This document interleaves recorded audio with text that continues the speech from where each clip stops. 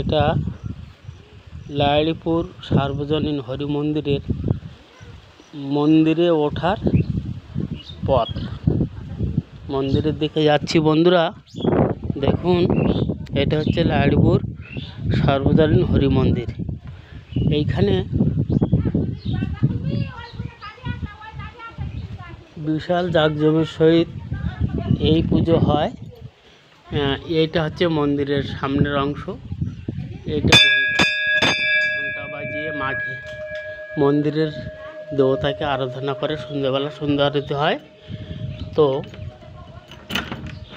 দেখুন, এটা হচ্ছে মন্দিরের ভিতরে হরি দেবতা থাকে।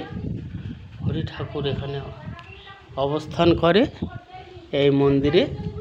তো মন্দিরটা দেখতে পাচ্ছ বন্ধুরা, এটা হচ্ছে ওই কয়ালের হরি মন্দিরের থান।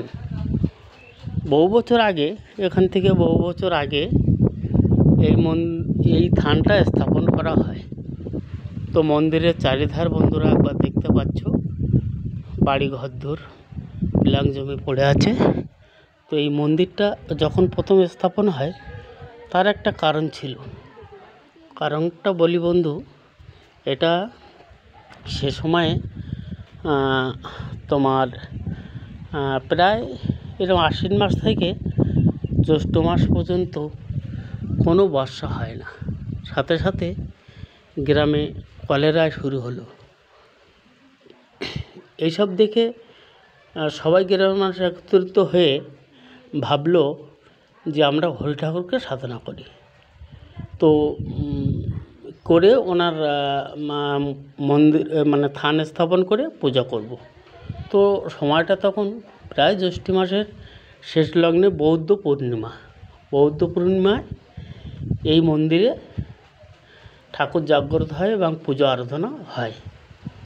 তো সাধারণ মানে সমস্ত ভক্ত এবং মণ্ডলী সবাই মিলে ওই রাত্রে মানে বৌদ্ধ পূর্ণিমার দিন যখন অনুষ্ঠান শুরু করে, রাত্রে অনুষ্ঠান সমাপ্ত হওয়ার পরে সকালবেলা থেকেই গ্রামের কলেরা অনেক বন্ধ হয়ে যায়।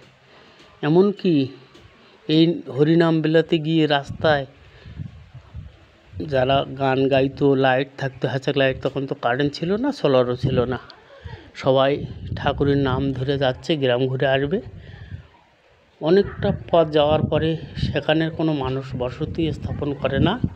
হঠাৎ লাইট নেমে যাবে, ঢোলের শব্দ, খোলের শব্দ, কেউই পাবে না, হরির নাম পুরো থমকে যেত।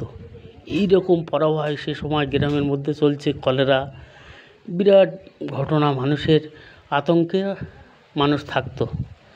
তারপরে ঠাকুরকে পুজো দেওয়ার ওই পরে মানে বৌদ্ধ পূর্ণিমার পরে দিন সকাল থেকেই অঝরে বর্ষা নামলো। গ্রামের কলেরা প্রায় অধিকাংশ কলেরা ভালো হয়ে যাচ্ছে। এবার এই সময় প্রচুর বর্ষণও শুরু হলো। মানুষের মনে একটা শান্তির বার্তা ফিরে আসলো। ভাবলো কি যে আমাদের ঠাকুর মুখ তুলে গিয়েছে। এই মন্দিরের মানে এখানে স্টেজ করা হয়েছে। এবছর একজন দাদা দান করেছে ফুল মন্দিরটা ভেতরে আপনাদেরকে দেখালাম। তো প্রতি বছর যখন ওই মন্দিরের পূজা অর্চনা শুরু হয় ঠিক জ্যৈষ্ঠ মাসের বৌদ্ধ পূর্ণিমাতে, তখন মন্দিরের সারাদিন ভালো থাকায় সন্ধ্যের পর থেকে প্রবল বর্ষা শুরু হয়। এত বর্ষায় যে মন্দিরের অনুষ্ঠান করা সম্ভব হয় না। তখন সবাই মিলে একত্রিত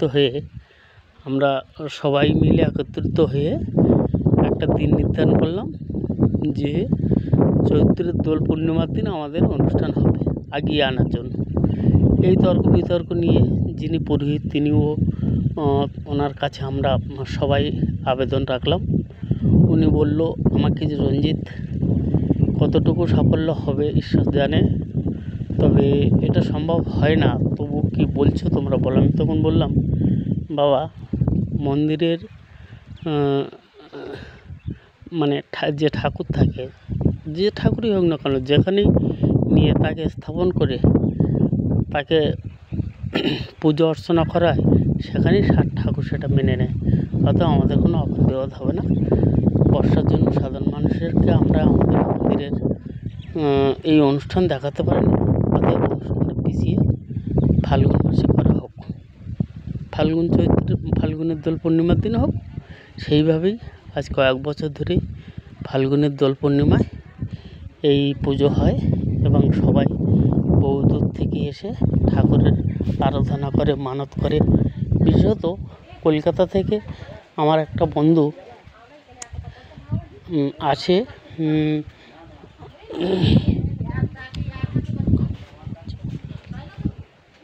কিরণ কুঠারি নাম। তো ওই ভদ্রলোকের প্রচুর অবদান আছে মন্দিরের মায়েদের কল্যাণে। উনি প্রত্যেক বছর একটা আনুমানিক টাকা এই মন্দিরে দান করেন এবং ওনার মনস্কামনা পূর্ণ হয়, এবং সেই থেকে উনি প্রতি বছর এখানে আসে। এই মন্দিরের স্টক রুম দেখতে পাচ্ছ, মন্দিরের স্টক রুমেই বছরের পুজোর পরে এই জিনিসপত্রগুলো মন্দির কিনেছে এবং মন্দিরে উন্নয়ন করবে। তো এইভাবে আমাদের এই মন্দিরটা চলে। তো বন্ধুরা, আপনাদেরকে সমস্ত বিস্তারিত তথ্য তুলে ধরলাম। আমি রঞ্জিত মিস্ত্রি, সুন্দরবন ভিউ চ্যানেলের পক্ষ থেকে সবাইকে নমস্কার।